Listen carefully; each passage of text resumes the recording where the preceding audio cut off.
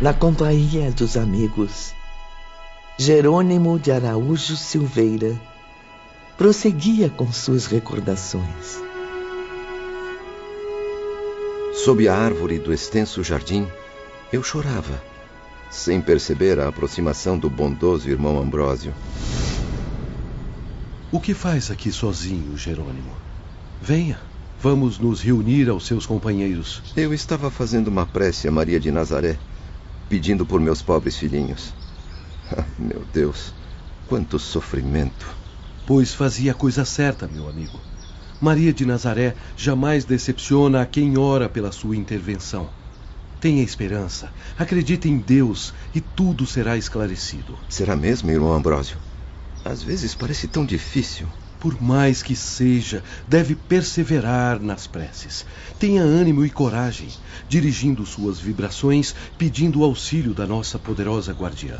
Porém, deve também orar em conjunto, reunindo seus pensamentos aos dos outros internos.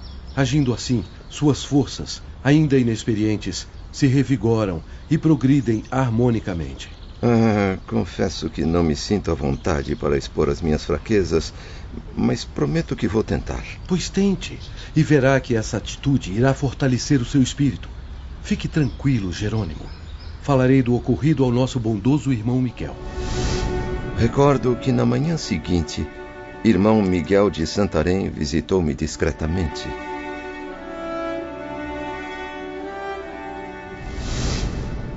Bom dia!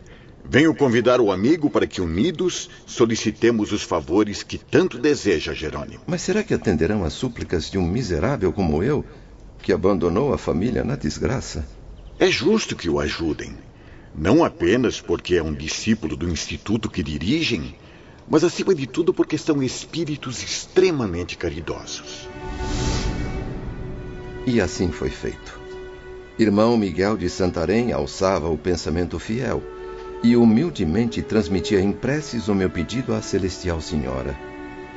Deixei assim por várias vezes minha alma arrastar-se pelo rastro luminoso de sua mente virtuosa. Acompanhava, vibrante de confiança, as expressões emanadas em meu benefício. Junto aos mais iluminados conselheiros, em reuniões especiais na hora da prece, os nomes saudosos de meus filhos eram pronunciados diariamente. Como era confortador ouvir que se referiam a eles carinhosamente. E uma suave esperança, uma humilde paciência invadiu meu ser, como um raio de sol, exaltando aleluias nas trevas de minhas angústias. A narrativa de Jerônimo continuava empolgando seus amigos aprendizes. E depois, Jerônimo, o que aconteceu? Suas preces foram atendidas? Passados alguns dias, fui chamado ao gabinete do irmão diretor. Estava inquieto e comovido, pois há muitos anos convivia somente com a tristeza no coração. O diretor, porém, apresentou-me um pergaminho, uma espécie de papiro envolvido em raios de luz, dizendo-me em seguida: Antes de mais nada, dê graças ao Senhor todo misericordioso, caro Jerônimo. Suas mensagens a Maria, Mãe de Jesus, alcançaram êxitos perante as leis divinas. Aqui está a resposta de Nossa Amável Senhora atendendo ao seu pedido. Mas isso é maravilhoso! Louvada seja Maria, Mãe de Jesus. Obrigado, Senhor. Obrigado. Obrigado, Senhora. Nossos orientadores do templo mandam estas instruções, Jerônimo. Nelas está contida a programação a ser efetuada em torno de seus filhos Albino e Margarida. Com o visto de irmão Teócrito, poderemos iniciar a tarefa hoje mesmo.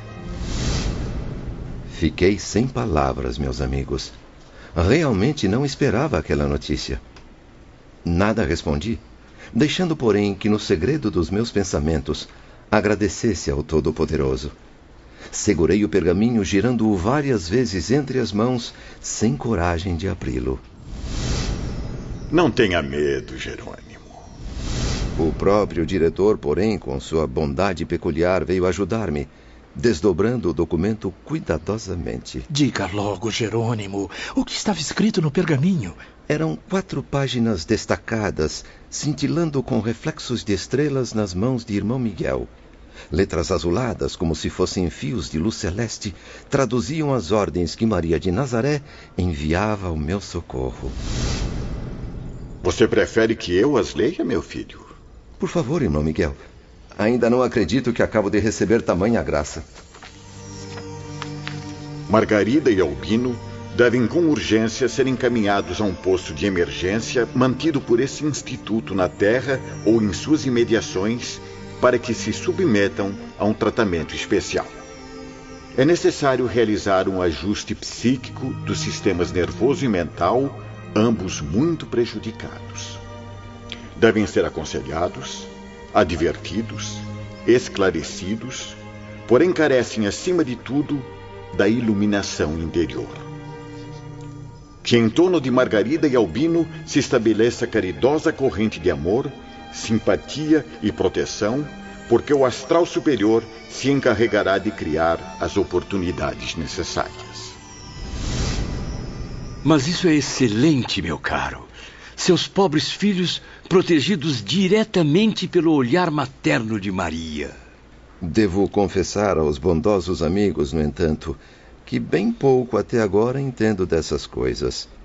Narro-as como aquele que sabe de um fato por tê-lo presenciado, mas não tenho aptidões para análises mais profundas. E quanto às suas 2 outras filhas, o que acontecerá com elas?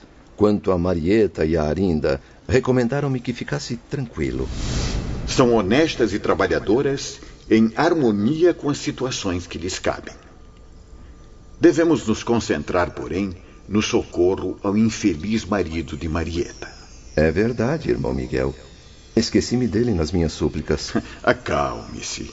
Ele não foi esquecido pela amável mãe do Senhor Jesus. Infelizmente, o rapaz está envolvido em vibrações inferiores, o que o faz maltratar a família. Preciso fazer alguma coisa. Não posso deixar que minha filha sofra, nem os meus netos. Seu genro está sob severa vigilância, Jerônimo. Temos certeza de que ele será receptivo às boas influências.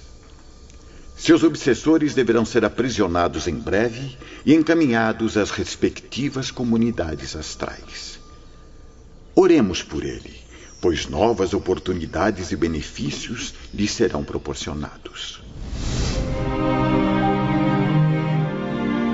Momentos depois, no gabinete do irmão Miguel, vemos que o serviço no isolamento é bem árduo, requerendo esforços máximos de todos nós. Boa vontade sempre crescente. Já iniciaram o trabalho regenerador, irmão Miguel? Que honra tenho em receber sua visita, Dr. Roberto. Sim, meu caro. E com muito bons êxitos, visto que tivemos a Mãe das Mães como patrocinadora. Assim, podemos prever excelente desfecho para estes casos de redenção. Posso obter maiores esclarecimentos sobre essa nobre tarefa, irmão Santarém? Com muito prazer, meu jovem amigo. Antes de tudo, é bom saber que contamos com o apoio de amigos generosos e sinceros. Assumi a direção desse projeto, certo de que receberíamos auxílio de nossa majestosa guardiã e a assistência dos nossos superiores no templo. Irmão Teócrito estava bastante otimista com os resultados. Sim, tinha certeza de que tudo seria aprovado logo que encaminhei a Teócrito e à direção-geral o pedido de voluntários para essa árdua tarefa. Lembrem-se de que para este tipo de trabalho não existe obrigatoriedade. Os obreiros para serviços externos devem oferecer espontaneamente a sua colaboração. E muitos ajudantes acabaram se apresentando, graças a Deus. Pena que não pude cooperar, irmão Miguel. Infelizmente, Camilo ainda não está em condições. Mas mesmo que estivesse, precisa compreender. Deveria ajudá-lo não apenas por tratar-se de um amigo. O bom voluntário auxilia aos mais necessitados, independentemente de laços familiares ou de amizade. Certamente, meu bom irmão Miguel. O pedido foi rapidamente atendido e logo fui chamado a uma reunião com os espíritos superiores. Todos se mostraram interessados, confiantes nesta sincera prática do bem. Antes de definirmos o programa, concluímos que seria melhor visitarmos os filhos de Jerônimo na Terra estudando o assunto e comparando-o com nossas possibilidades. Na noite do terceiro dia, após a homenagem que prestávamos diariamente à nossa guardiã na hora do Ângelus, partimos todos em direção à terra. O carismático irmão Miguel atraía a atenção dos aprendizes, que pareciam viajar com ele através da imaginação. A luz doce da lua cheia clareava suavemente os caminhos do astral inferior por onde vagarosamente transitávamos. Meu caro irmão Santarém, uma dúvida. Por que desta vez utilizaram a levitação lenta como meio de transporte? As zonas pesadas por onde gravitaríamos não permitiriam altas velocidades. Para isso, Sr. Camilo, teriam que fazer um grande esforço, o que não conviria. Afinal, precisavam poupar energia para os serviços. Meus caros amigos, com extrema emoção, finalmente avistamos os contornos da velha cidade do Porto. Em seguida, o conde Ramiro de Guzmán, que, como sabem, chefia as expedições no exterior, levou-nos a um giro pela cidade que tanto amamos. Posso até ver as imagens, sentir os aromas, ouvir o barulho das águas. Ah, quanta saudade! Desculpe-me, irmão Miguel, prossiga. Procurávamos Margarida Silveira pelas imediações do cais da Ribeira. E o douro inesquecível Camilo agitava-se docemente como poesia aos nossos ouvidos. Nós, portugueses, para quem os encantos da terra natal ainda não se extinguiram, apesar da longa permanência na pátria espiritual. E Jerônimo certamente fez parte da expedição? Oh, não seria prudente que ele nos acompanhasse. Cumpria-nos evitar o desgosto que teria ao se defrontar com realidades duríssimas. E Jerônimo, a bem da verdade, seria um problema para nós em vez de nos auxiliar. Mas afinal encontraram a pobre filha do Jerônimo?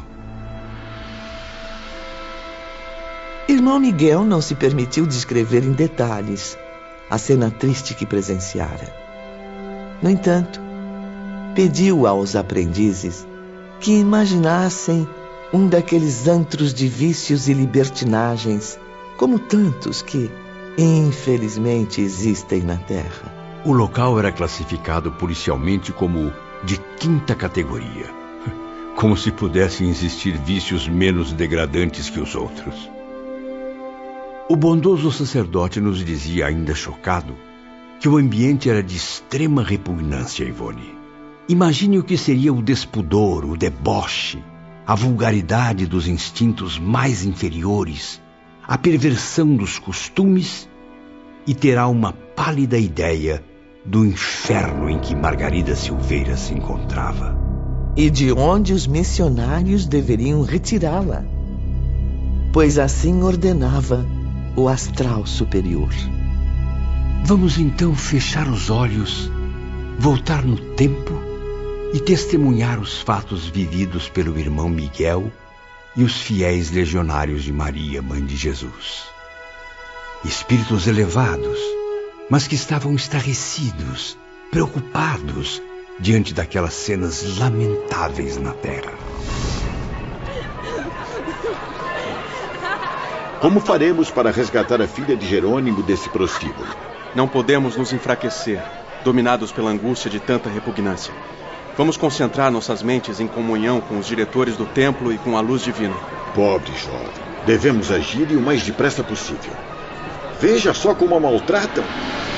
Venha cá, mocinho. Onde é que você pensa que foi? Já tá querendo me trocar por outro? Primeiro, terá que beber essa taça de vinho em minha companhia. Tirem as mãos de mim! Deixe-me em paz, pelo amor de Deus! Não seja rebelde, minha flor. Vem cá, vem. Escuta, se você sentar no meu colo, ganha mais uma taça por minha conta. Não confie nesse mentiroso. Vamos sair daqui para um lugar mais reservado. Você ganha 2 taças de vinho e um vestido novo, pois este já nem existe mais. Não! Socorro! choro, meretrizes. Se chorar, apanha! Era tudo ao mesmo tempo degradante e comovente. A infeliz Margaridinha, seminua, com os trajes rasgados, empapados em vinho, cabelos desgrenhados, olhos alucinados pelo álcool, a boca espumando, desfigurada por trejeitos humilhantes. Via-se também forçada a dançar ao som de músicas irritantes, cantando as canções da época para divertir os homens. Homens ou carrascos? Ora, mas está muito desafinado. Não consegue ficar de pé, meu. Passa a noite bebendo às nossas custas e ainda por cima não quer trabalhar. Levanta sua amiga. E agora, ó, dança pra mim. Dança pra mim.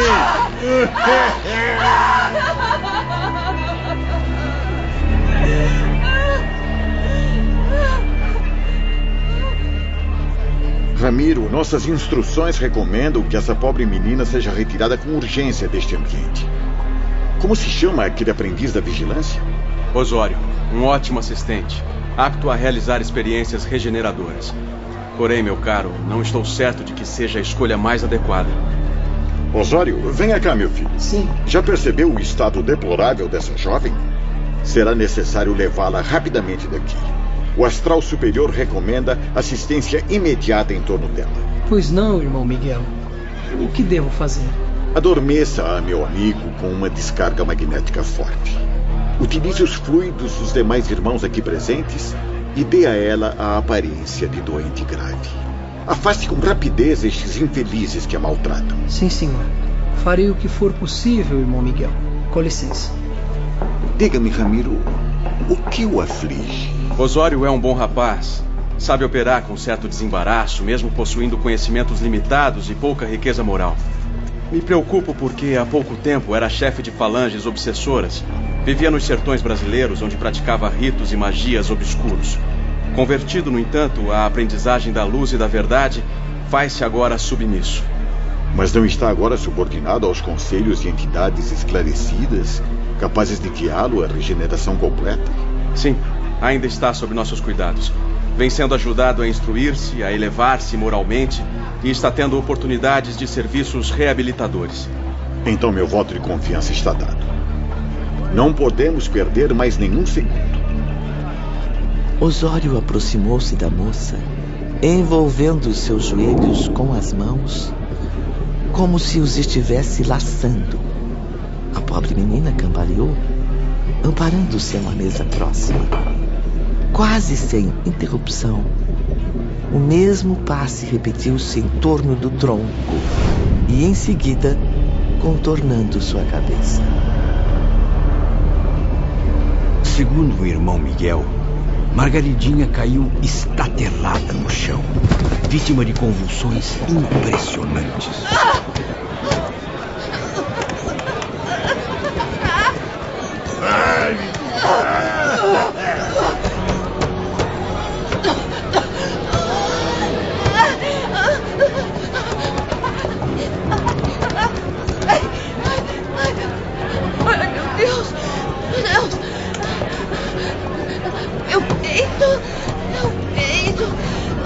Isso tá doendo. Ajudem-me. Eu acho que eu vou morrer. Ramiro, prepare os auxiliares. Ela precisa receber nossos bálsamos agora. Osório, então, aproximou-se de um dos encarnados frequentadores do bordel, que estava estarrecido diante do incidente, e lhe murmurou ao ouvido: Veja o que você fez a este infeliz criminoso. Você a matou, assassino. Céus, A coitadinha vai morrer por nossa culpa. Vamos fugir. Vamos sair daqui antes que a polícia apareça. Margarida realmente debatia-se, agonizante, parecendo estar à beira da morte. Irmão Miguel e seus auxiliares a rodearam a fim de beneficiá-la com os bálsamos espirituais. Convém esclarecermos, Camilo, que nem o irmão Miguel de Santarém, nem seus assistentes eram sequer pressentidos, seja por ela ou pelos demais presentes do plano material. Mas voltemos ao diálogo entre Ramiro e Miguel. O estado da moça me preocupa. Talvez Osório tenha exagerado. A descarga magnética foi muito forte, todavia necessária para seu estado lamentável. Osório fez um bom trabalho e continua a fazê-lo, aplicando bálsamos sedativos na jovem. Veja, ela perdeu os sentidos completamente. Tenha calma, Ramiro. Observe bem. Aos poucos, Margaridinha está se acalmando. Sua respiração começa a normalizar-se, embora esteja fora de si. Osório está falando alguma coisa no ouvido do taverneiro. Socorro! Socorro! Chame um médico aí! Ponham a moça aqui nessa cadeira. Nós temos que tirá-la daqui. Venham me ajudar, seu bando de inúteis! Querem que a polícia acabe com o meu negócio? O que faremos agora, irmão Miguel? Permitimos a chegada dos policiais? Não, meu amigo. Quero vê-la agora num hospital, não num cárcere. Afastemos a possibilidade da presença policial. Perfeitamente. Já providenciei um médico de confiança do plano material. Alguns minutos depois, chegava o doutor, diagnosticando a gravidade do caso, em virtude de grande intoxicação pelo álcool. Providências humanitárias foram tomadas, pois os missionários envolveram o médico numa corrente de sugestões caridosas. Deixemos agora que o irmão Miguel conclua a narrativa com as próprias palavras, observado atentamente pelo Dr. Roberto, Camilo, Jerônimo e pelos demais aprendizes. E assim foi que, tal como desejávamos e era mesmo necessário, após as angústias daquela noite decisiva, Margarida, filha do nosso pupilo aqui presente, dava entrada num modesto hospital. Modesto, porém caridoso o bastante para resguardá-la, preparando-a para os dias futuros. Se nosso bom Jerônimo não deveria participar da expedição, a fim de que fosse poupado de tantos desgostos, como está informado dos acontecimentos? Tem razão, meu filho. Ele deveria ser informado de tudo em ocasião oportuna, mesmo não participando dos acontecimentos na Terra. Não poderia ignorar nada, pois tornou-se responsável pela desgraça da família e precisava meditar sobre o ocorrido a fim de reparar suas falhas. Não se sente arrependido, chocado, até mesmo envergonhado com essas narrativas, meu amigo? Ainda mais porque são agora reveladas a estranhos. Realmente sinto-me amargurado. E nem poderia ser diferente. Aliás, a amargura e o pesar têm sido meus companheiros de todos os momentos. Mas o sofrimento e as instruções que venho recebendo aqui tornaram-me lúcido o suficiente para raciocinar melhor. Convém refletir, meu caro Sr. Botelho, que se o irmão Miguel descreve para todos vocês os acontecimentos que dizem respeito a mim, é porque vieram aqui para serem instruídos. Além disso, é claro, são também amigos sinceros, irmãos fraternos, caridosos, não somente comigo, mas também com meus entes queridos. Não é de hoje a nossa afeição. Lembro-me bem de que estamos unidos por uma comovente amizade desde os tristes incidentes no Vale Sinistro. E depois, o que ocorreu com a pobre Margaridinha? Por favor, continue elucidando meus companheiros com a sequência do meu drama pessoal. Como o senhor mesmo diz, devo analisá-lo para também ajudar a instruir outros aprendizes. Sim, Jerônimo. Estou certo de que fará muito bem às suas almas. Aliás, a vida de cada um de nós conterá ensinamentos sublimes, desde que nos esforcemos em compreendê-las à luz das leis divinas. Pois então prossiga, nobre irmão. Estamos todos ansiosos. No instante em que Margarida Silveira caía desacordada no chão da taverna, tratamos de remover o seu espírito parcialmente desligado do corpo carnal para nosso posto de emergência espiritual nas proximidades da Terra. Os serviços são variados e constantes, assim como no interior da colônia Maria de Nazaré. Vários enfermos encarnados são curados ali pela medicina do plano espiritual. Muitas criaturas desvirtuadas do caminho do dever recebem novas forças para a devida regeneração. Também ali, corações aflitos têm sido confortados, norteados para Deus e salvos do crime do suicídio. Muito bem exposto, Dr. Roberto. Conduzida em espírito para o abrigo hospitaleiro, Margarida foi submetida a um exame rigoroso, dadas as precárias condições em que se encontrava sua organização fluídica. Enquanto isso, seu corpo carnal também era tratado pelo médico no plano terreno. Neste momento, pediu auxílio do experiente Dr. Carlos de Canaleiras, que se apresentou prontamente. Convém que, para o próprio benefício da jovem, ela permaneça em coma por vários dias, irmão. Mas, doutor, serão mesmo necessários tantos dias? Tantos quantos necessários à assistência moral que sua alma necessite.